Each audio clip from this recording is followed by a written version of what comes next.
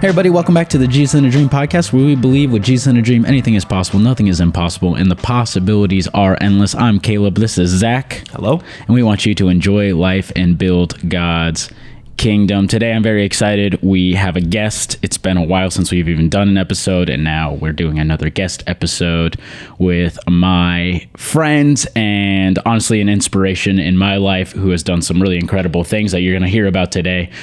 My friend Macy Maxson. Thanks for being here, Macy. Thanks for having me. Macy, why don't you just very quickly tell us a little bit about yourself and what it is that you do? Yeah, so my name is Macy. I went to North Central University with Caleb. Go Rams. Go Rams. You played basketball there. I did play basketball. Go Rams. And you were the announcer for, I think, that first season. Yeah. Your North Central University Rams. Mm-hmm. He was good. Still got it. Yeah, I still got it. Still got it. But I grew up in Minnesota, and so I'm still here, unfortunately, with the snow, but it's okay. But I am the founder and CEO of Garnuu. Awesome. Tell us a little bit about Garnuu. What is it? What's your product? Why don't you just give us your little pitch too? Oh, this will be Why fun. should people buy from you? Oh, yes. So Garnuu is a feminine care company. And so we do organic products. So right now we have organic tampons. We're coming out with organic pads, which are going to be one of the cleanest on the market, which I'm really excited about, and menstrual cups, etc. So we have a ton of different things that serve women for their monthly needs. And Garnuu actually means rescue in Nepali, because I was working with a nonprofit in Nepal that was doing anti-trafficking work. And so seeing all these girls, they were coming to Jesus talking about their cycles. And I'm like, this is super cool. What a basic thing and a basic need that women have, and that the Lord can kind of speak to them through that. So I'm like, I could start something over here in the States to be able to help that situation there. And it's a common issue all around the world. We don't see that here in the States because these things are we can get them at the store. It's not a big deal. Or you can order them online at garnuu.com. Nice. But so seeing this stuff, and I'm like, I think I can do something here. So I started Garnuu. So Garnuu means rescue. And so right now we work with, we call our Garnuu girls, our customers, they're freedom fighters, because they're fighting for freedom for women everywhere. And so the whole global look at it and kind of the big picture is we want to help women all over the world who are vulnerable to sex trafficking. And so we're just starting in Nepal right now, but we're quickly wanting to expand and see what that looks like. So you sell products, you're a for-profit business, Yes. sell products, and then some of those funds go towards Yes. what specifically? Yeah, so like you said sex trafficking, but Yep, who are you working with? So we have, so right now we work with Venture, venture.org. And so that's the company. I actually worked for them previously. And so that's who we work with right now. And they do a couple different projects. So they do female entrepreneurship there. So they help them start little businesses that can help sustain them and their families. And then also helping with feminine hygiene kits. So a lot of these girls will get actual products and sustainable options so that they can have that and they can have a resource every month. Because a lot of these women, they're kind of shunned during that time of the month, which is something very common in a lot of other countries.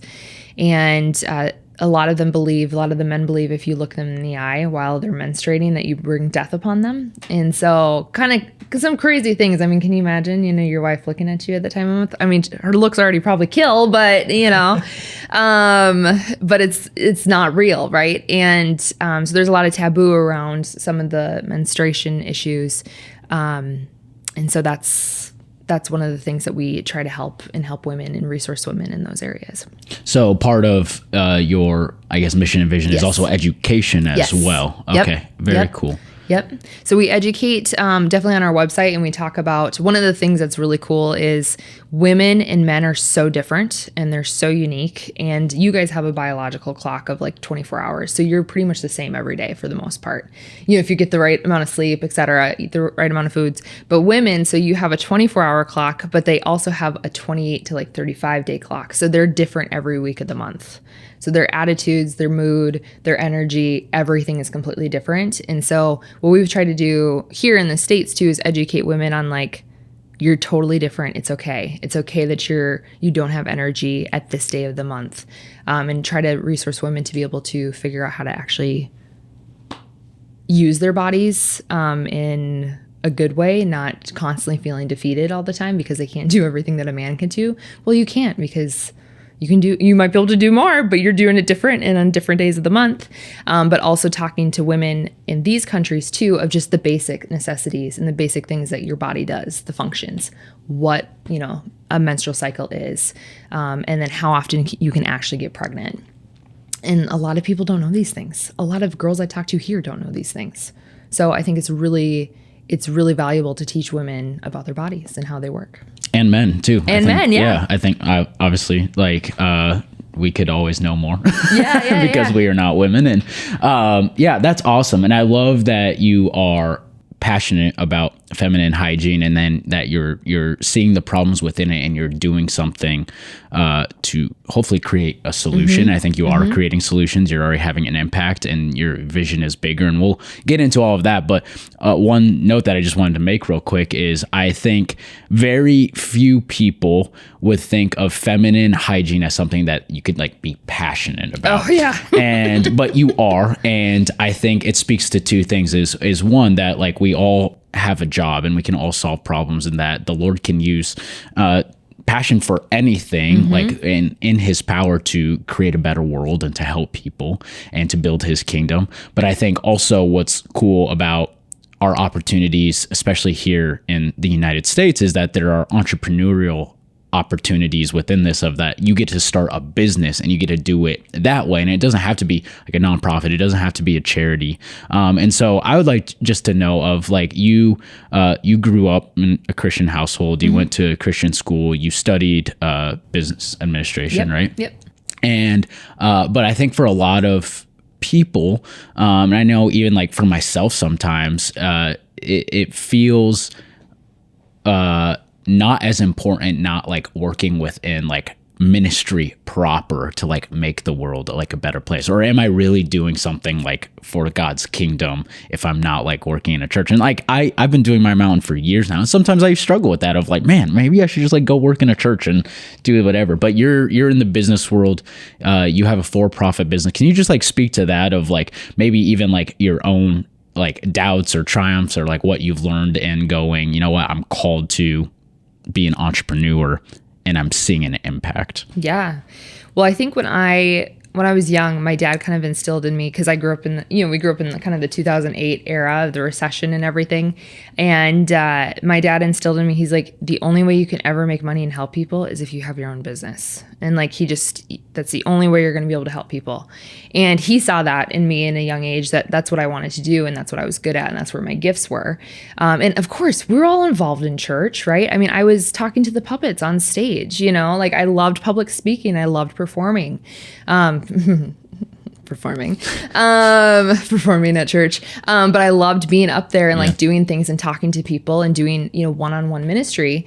But at the same shake, I had a lot of people who were telling me, oh, you should go into children's ministry, or you should become a youth pastor's wife, or all these different things. What a line. Yeah. What a line, right? Youth pastor's wife. Well, people get their MRS degree when they go to Bible college, right?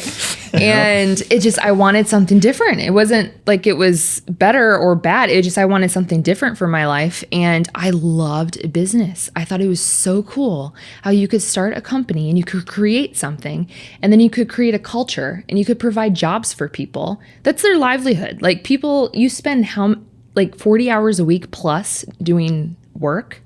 That's huge. And if you can create something cool and something that people actually want to work at, awesome.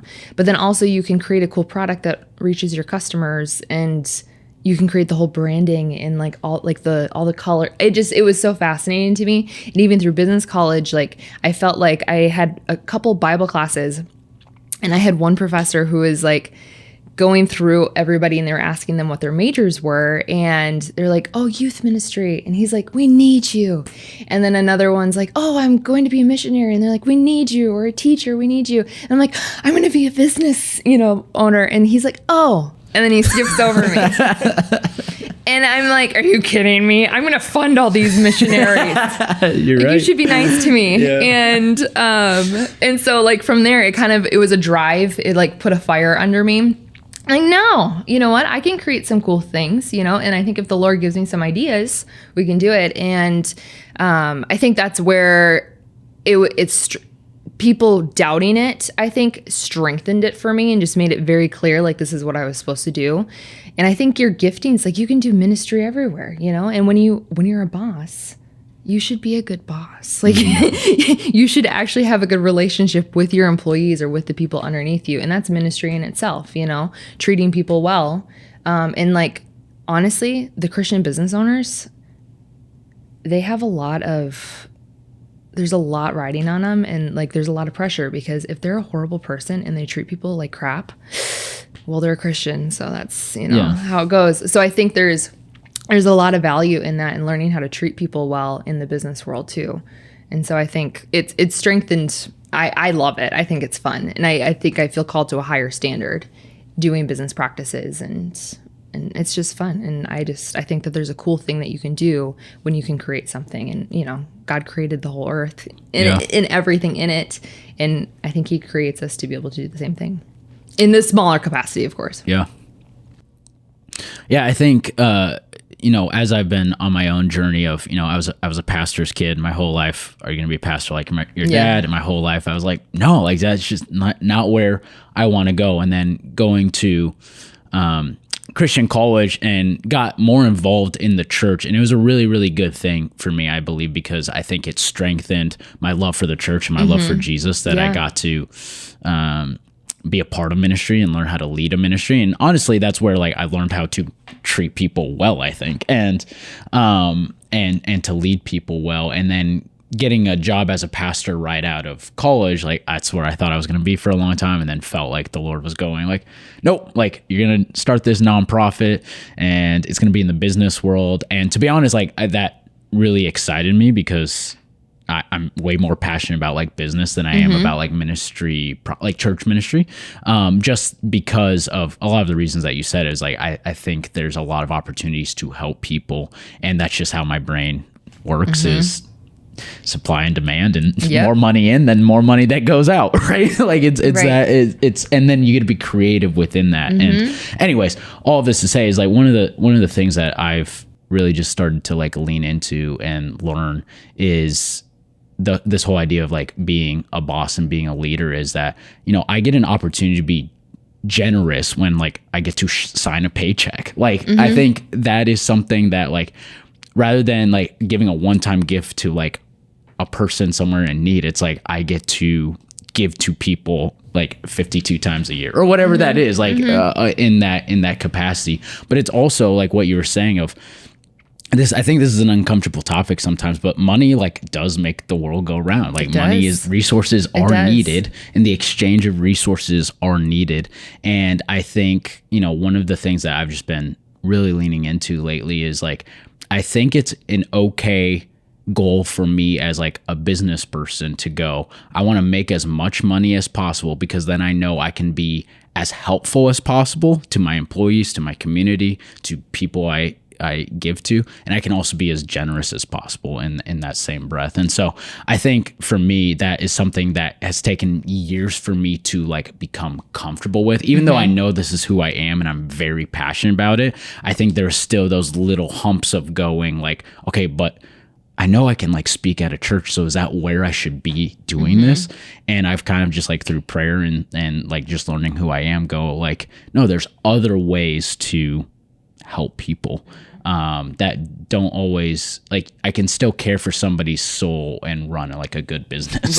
Right. So yeah, I love, and yeah, just, I think that's encouraging for people to hear, because I don't think it's said very often. Well, and I think when you come into church culture, I think a lot of, and I don't know if they still do this, but I think that there's a lot of pressure of like, you're not actually doing something for the kingdom unless you become a missionary or a pastor or whatever, but they make the world go around. Everybody else who works in the marketplace, well, then what do? That's 99% of the world, right. And I stand behind, I'd be horrible working at a church. I would probably be so mean, because I want to get stuff done and we need to make this look good. People would hate me. I'd probably get fired at the end of the day. So it just wouldn't be a good fit. Whereas if I can be my own boss and like actually create something and be able to mentor people to come alongside and work together, it's a better fit for me. But I feel bad for that pastor that would be my boss if I had to work at a church. Well, it's a good thing you don't work at a church. Then. Yeah, right. Zach, you've been fairly quiet, but I know you got thoughts. The one thing I was just thinking about right now is like when you say, right, there's that like you want to do, right, if you've committed your life to Christ and you're going, let's make a difference in this world. And you read when Jesus says, go and do things and don't just sit there. And then it's so easy, like you said, to just look at people who are missionary. Like my dad is a pastor and was also a missionary. And so like my whole family we were out in China, and it was just like, I don't know. I sometimes I just like forget that was part of my life because it's just so different. But it was just like, yeah. And like that was part of my life and we were doing that. And then, like you said, those are the people like we aspire to be like those people. But at the same time in the Bible, Paul is a missionary and he's traveling and I'm losing on the facts, but one of the times he just shows up and it says like, and there were people there who let him in his house and he stayed there for like months while he was like preparing for his next journey.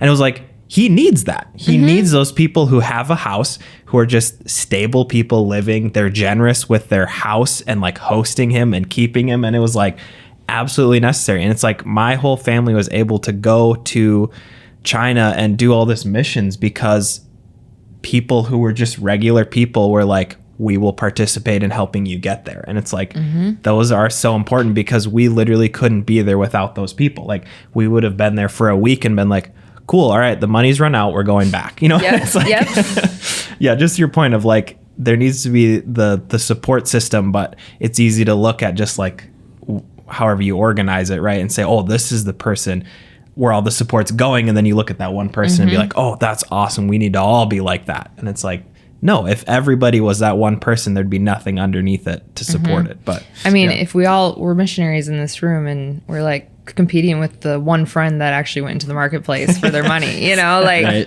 It just wouldn't work. So you need the foundation. And quite honestly, a lot of those people, they seem like they have a little bit more fun too. So, and I think that's something that, with this message, I think it's important for people who are in the marketplace to know like how valued and how needed they are, and that but also part of their calling isn't just to like make money. And I think that's where like people in ministry can get caught like looking down on people in the marketplace, and they go, oh, well, it's all about the money. And it's like, it shouldn't be about the money. But like what I've learned over these past couple of years is like, earlier I said like money makes the world go round. If I had said that to myself 4 years ago, I would have looked at myself and go, you don't understand. Like, no, it's about the kingdom. It's about Jesus. But it's also like, nope, God designed the world and he designed that it works with the exchange of resources. Like that's how it moves, and that's how it goes. And that isn't a bad thing. It's a good thing because that's how God created the system and the design of it. And I think for people within the marketplace and for people in ministry to understand that it's like, man, we get to use our God-given gifts and passions and creativity to create the supply and the demand and all of everything that goes within that to help other people. I think that can be so fulfilling, and then it can also be used to have an amazing impact for those who have decided, you know what, I'm going to care for like the spiritual things. It's like, great, we need people who care about the spiritual things. We need people here in the name of Jesus. Yeah, I'm going to send you. And I think when we grasp that as like a community of believers, I think that's where you see like the movements of like the apostles and like even Jesus. Like this is like a fun fact that I don't think a lot of even Christians know, is that Jesus' ministry was bankrolled by women. Like in Mark, it talks about how it names 3 women, and I'm sure there was more. I'm sure he got donations from all types of people, but there's one in particular. I cannot remember her name. I think it might have been Joanna, and she was wife of one of Herod's like administrators, and it says she took care of all of his needs. And it's like, yeah, that's money. That's like money being involved, and like Jesus himself wasn't just walking around creating like bread from stones. It was like he was being taken care of, and so. Obviously the story is his story, so we don't get a lot of focus on those other people. But even like Zacchaeus, right? I mean, he was a crook, but he used his money to care for other people. So I don't know. That was a whole That's a great topic, but I wasn't planning on going there. Why don't we come back to Garnuu? No. Give us like your vision. Like what do you see? Like what is like the dream 20 years from now? Like where do you see yourself? 20 what are you guys years. doing? Well, we're just getting started, so we're still pretty fresh. But I'm hoping to, first off, I want to have as many products as possible to service women.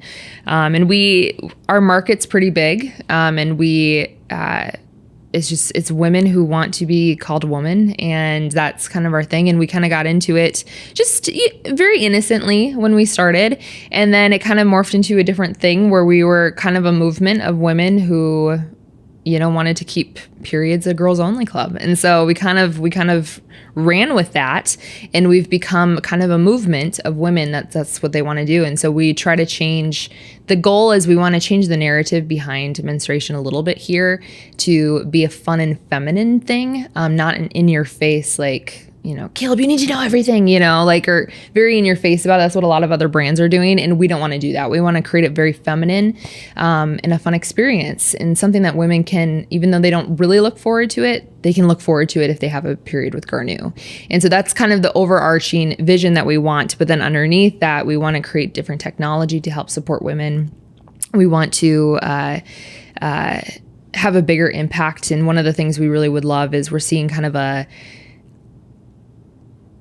it's a weird position in culture, at least American culture, is a lot of organizations and schools right now are not teaching the basics of women's needs. There's a lot of gender issues revolving around that. And so we want to bring it back to women and men, and just having the two genders, and talking about the cool things that women can do. And a lot of companies aren't doing this. A lot of schools, they don't teach this stuff. I mean, if I knew that I could only get pregnant one day out of the month, I wouldn't be freaking out all the time. Like when I was a teenager, and that's what half of them are. All the health teachers are like making you freak out because you could get pregnant every day of the month. You're kind of educating some of these things, or the cool superpowers that women can have with their cycles, and just being a woman, how God created you to be as a woman.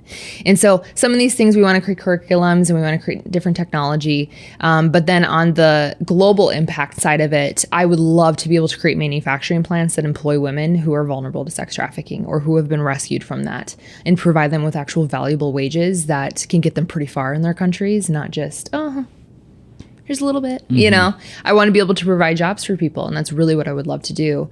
And what I feel like I'm called to do. And it's been amazing, because what we've seen we launched technically last March. So March of 2022, technically, is when we launched.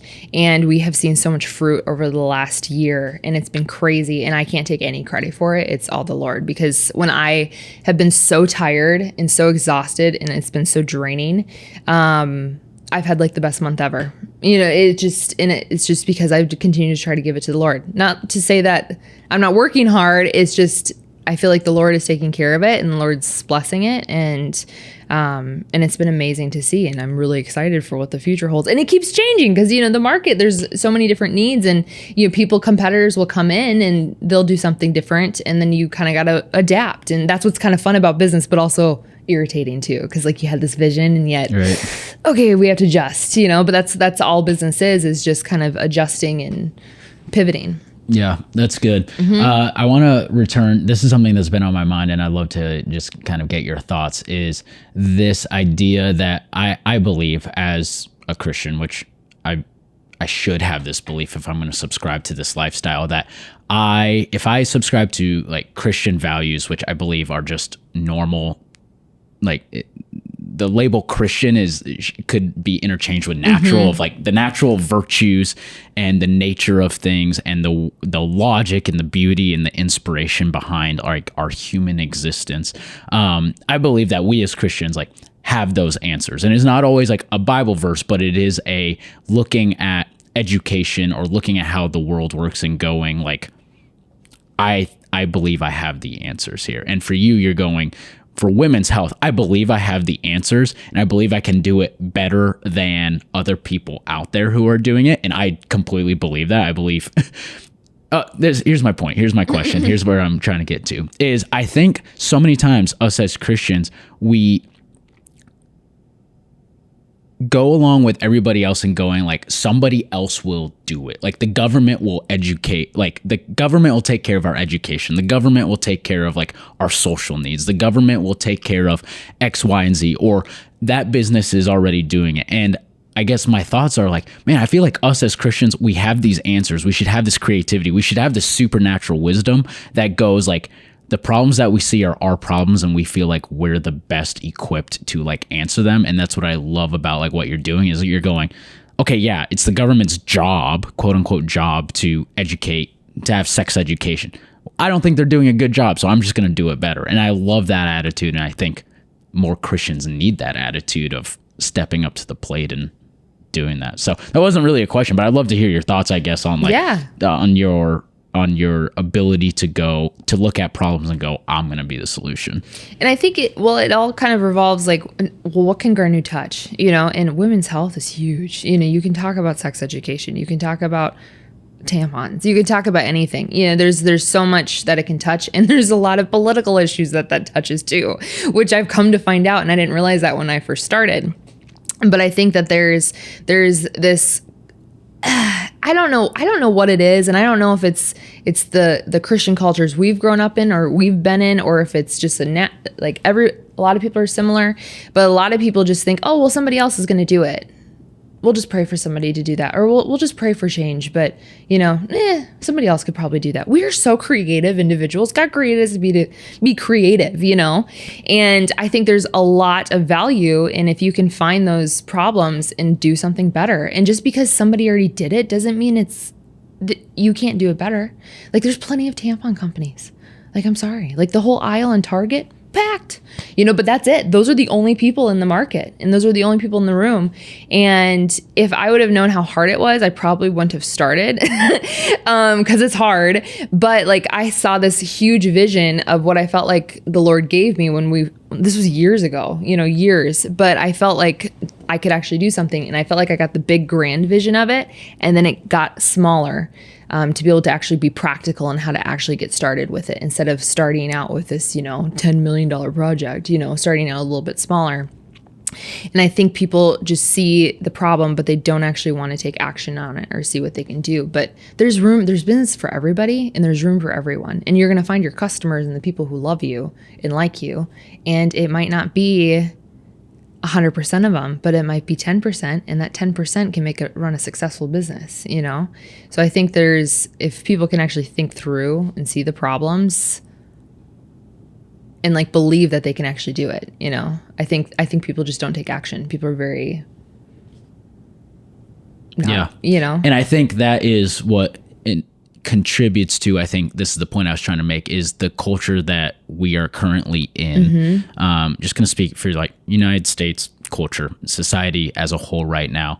I think part of a lot of the problems that we are seeing are cultural problems. Yes. And I think it's because for too long, the people who do have like the morals and the virtues and the values that produce a constructive society and a healthy society have for too long gone, that's somebody else's problem. Like we're Christians, so we're not going to go into the feminine health business. We're Christians, so we're not going to go into the education sector. We're Christians, so we're not going to go to X, Y, and Z. And like we talked about, like 99% of Christians are in the marketplace, but are we creating leaders in Christianity that are going, I have solutions to these problems? And I think leadership, society, culture, it's all top down. Like it trickles down. Like your customers, even though you're not you're not selling tampons with Jesus on the side of it, are still subscribing to the values of your company, which are rooted in Jesus. And I think we need more of that within culture and within society, because I think despite Jesus' name maybe not being stamped onto our education or our culture or our society, that it will trickle down from the people who are stamped with the name of Jesus. So yeah, I like what you were saying about that. And I just want to talk about, this will be my inspiring wave the flag moment, but like, this is something for me too. So I am not as much in the business world as I am in creative and filmmaking, but filmmaking is a business and an industry. Yeah. So I need to understand this, and I'm somewhat involved in understanding that kind of stuff. But what is also been on my heart is that, like you say, the big dream, and then it kind of like niches down, and then you see the more tangible stuff. And that was literally a year ago, the big dream, because I was like, I know I want to be in the creative space, in the filmmaking space. I'm called to that. I feel anointed when I'm in that space. And it was like, what do I do with that? And the dream and vision expanded there, and it was what you do, like the people you interact with in these moments. Like you were saying, being a really good boss, you're dealing with people's, like the majority of their day and the majority of their work. You are like a heavy influence if someone is working full-time for you. So like you have a lot of influence over that person. And I was thinking about this of like on film sets, like it is very influential. Like there's a reason like actors and actresses get married. They are on a set together for 15-hour days for 3 months straight. You would get to know someone very well. And it's like, oh yeah, what if I was in that place of influence, but as like a Christian and as someone who had values and morals and was just pouring life into these people while we're working together. And it was like, and beyond that, it was like, what if the resources generated from a successful film went to more than just a nice car and went to more than a third and a fourth house, right? And so it was like this moment of like realizing, which, yeah, it was just, I feel like is similar to like your business vision, where it was like, business, a profitable business is profitable. What happens with those profits? And that, I think, this is my whole point, is like when you look at other people and other businesses that are doing things that you're like, okay, what is it I want to do? Someone else is already doing that. And this was a conviction to me, was like, but what are they being responsible with those resources? Can I do that and be more responsible with those resources? Because a lot of times in our culture, what happens after the profits are recorded on the tax, this company made huge profits this year, the tracking is ended, right? We don't hear about what these companies, I mean, obviously you can dig in and you can look, and a lot of them, they have to do, R&D, and they have to do like all this stuff. But it's like, when the end of the day and it goes just into the profits world and everyone just walks home with more money, what are they doing with that money? And it's just like, I don't know, there's this kind of like this unlocking in my mind of like seeing, hey, yes, there are businesses that are profitable and doing a great job at it, but are they being responsible with that money? Are they honoring God with that money, or with those resources, or with that influence that they currently hold? If not, do I need to step in that space and be the person who is going to be responsible and is going to honor God? Because like, I don't know, that was just like a thought I was thinking of, was like, if I made a film and it did extremely well, will I be more responsible with that money than someone else who's not a Christian will be with that money? Because you hear those stories all the time of all these, it's just what happens when someone wins the lottery. Yeah. They are not going to be responsible with money because they don't know how to be. And it's like, so it was like convicting on me of like the whole honest in the small things, honest in the big things. And it's like, that's why people who win the lottery have a really hard time, because they're not prepared to be honest in the big things. It's like, I don't know. Yeah. So that was just, I like the way you said that, where it was like, we can go out and do it, and we shouldn't just sit by and watch, because maybe God's like, hey, I'm preparing you to be someone to be in that spot, because right now I'm preparing you to know what to do with money and like to be responsible, because you're from right away, your heart is like, ultimately where this money goes is not a really nice car. It goes to getting people out of sex trafficking. And it's like, let's take a quick poll. What matters more, right? Yeah. The car you drive, or people living their entire life in darkness? I want to add here too, I don't think there's anything wrong with nice things. And I don't think that's what you're saying. But I think there is a point of, the Catholics call this magnificence. And there's a difference between magnificence and what is the vice that's like grandeur, like the idea that's like, the reason that they built magnificent cathedrals is because it was meant to honor God, and it was beautiful and it was inspiring and all of these things. And I do believe that is a virtue, that it's like, when we make money, where it goes, it doesn't always have to be like I'm going to sign $1 million over to like feed the poor. It's like, but am I using that $1 million to like create a more beautiful place in the world? And I think that can look like a lot of different things. And so I do love that as like a virtue of like, what do we do with our excess money? It's like, it should be magnificent, whatever that is. Yeah. Well, and I think as I've grown in this process, because I think this has built my faith tremendously, starting this company. And I think this is where I've seen my faith grow the most, is I have to trust, like, okay, I don't know if I can get this pallet ordered in time. Lord, help me, and I have to like give it to the Lord, and like, it comes through every time. It's amazing. And that's been a huge, huge thing. But I think as I've gone through this, of course, did I want a Range Rover? Like, yeah, that'd be fun. Do I want a giant house? Absolutely. But at the same shake, I think it's my heart is transforming a little bit more of like, you know what? I just need what I can to get by, and feel like I'm somewhat comfortable. But we all constantly have to rely on the Lord anyway. That's trusting God. And so I think my heart's been it's shifted in a way, whereas before I do like nice things. Like, I do value quality, and my taste, unfortunately, is really high. It's fun.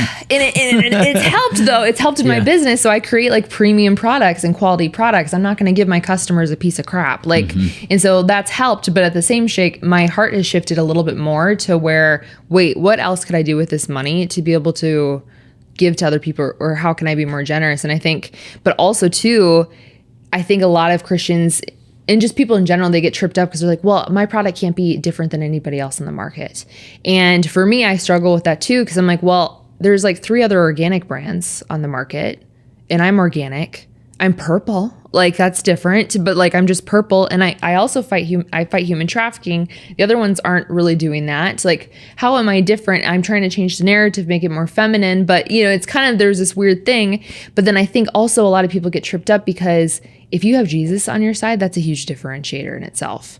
Because if you are treating your customers differently, if you are bringing a presence on set, people want to work with you because you're actually a genuine person.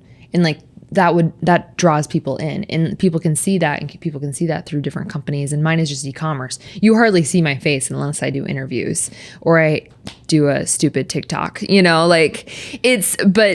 I'm not the face of the company. I literally thought you were about to say, or unless I do a stupid podcast. I was like, I wouldn't do the tea, Caleb. It's funny. Well, you see me on the TikTok doing stupid. No, I don't. Period. I should follow you on TikTok. You should. It'd be fun. Do you dance? Yeah, I do. No, I don't do dances. Do you lip sync? No. You just do the trends, or what? No, we try to make it fun and funny, and that's probably why our customers love us. I'm like, it's a period. It's supposed to be funny. Like, like, it doesn't have to be a political statement like everyone else is trying to do. Like, it's just a period. And so we try to make it fun. But to my point, though, I think that there's just having Jesus on your side is a huge differentiator too. So I think you always have to have something practical that the world can see is different and why they would buy your product.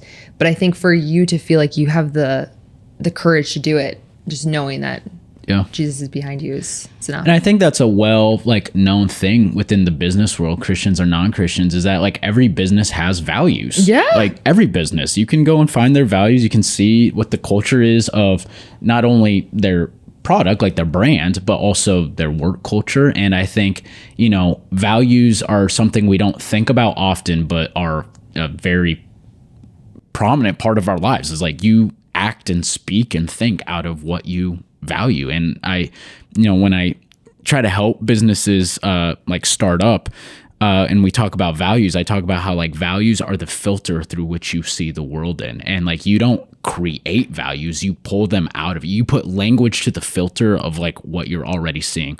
And then there are some companies that, they have a great values that sound good, but then their product and their work culture don't match that. And that's just because they're good writers. It's not because they put language to like how they actually see, the filter, or the filter through which they see the world. And so, I think, what you're saying is like when we have Jesus as that value, like our values come from him, like it's going to affect how we see the world, how we interact with the world, and then our products and our brands or whatever it is that people are creating. And I think that is such a real thing that people don't often like think about, but it's like you feel it more than you think about it. And I think that's why it's important to then think about it, if that makes sense. Oh yeah, absolutely. Yeah. Hey, we're going to end there. We're going to shoot another episode right here and continue the conversation with Macy. But thank you for being on the podcast, Macy. Why don't you tell everybody, if they don't listen to the next episode, how they can support you, or they can find your brand, all of that stuff. For sure. So you can go to garnuu.com. So GARNUU.com, or go to Garnuu on Instagram. We have a lot of fun stuff on there, but you can subscribe so you can get some organic tampons on subscription. If you're a man, you can get some for your wife or girlfriend, so you don't have to go to the store for her. And we're also coming out with feminine napkins or pads in the spring. So it's coming up. It's exciting. Awesome. Any deals going on right now? No. No. All right, we'll cut this part. Well, I love you guys. Love you, Mom. We'll see you next time.